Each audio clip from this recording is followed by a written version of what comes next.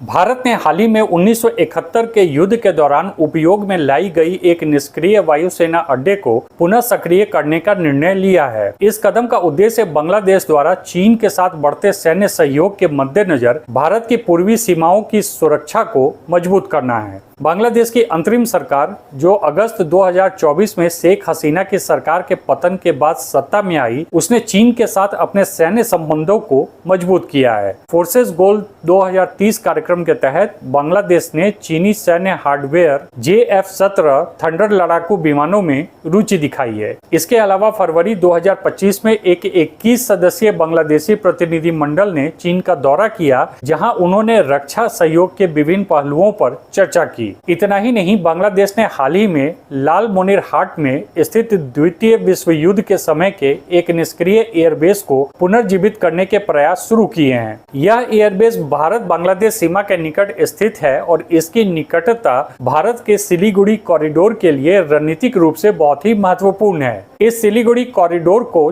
Chicken neck भी कहा जाता है। ऐसी खबरें आ रही हैं कि चीन के सहयोग से ही इस निष्क्रिय एयरबेस को बांग्लादेश पुनर्जीवित कर रहा है और विशेषज्ञों को इसमें कोई शक नहीं है कि अगर यह चीन के सहयोग से किया जा रहा है तो कल को जरूरत पड़ने पर बांग्लादेश यह एयरबेस चीन को भी सौंप सकता है। हालांकि बांग्लादेश ने इस एयरबेस को चीन को सौंपने की खबरों को अटकलें बताया है।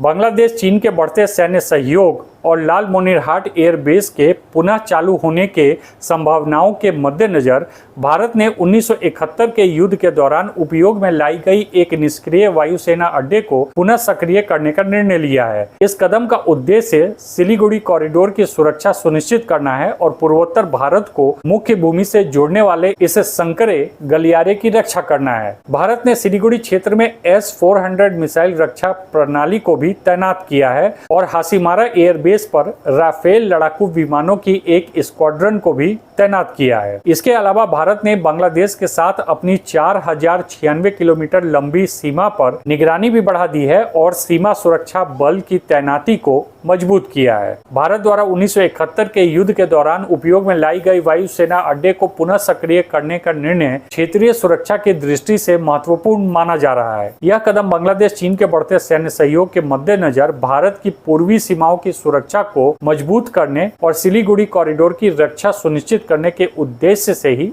उठाया गया है।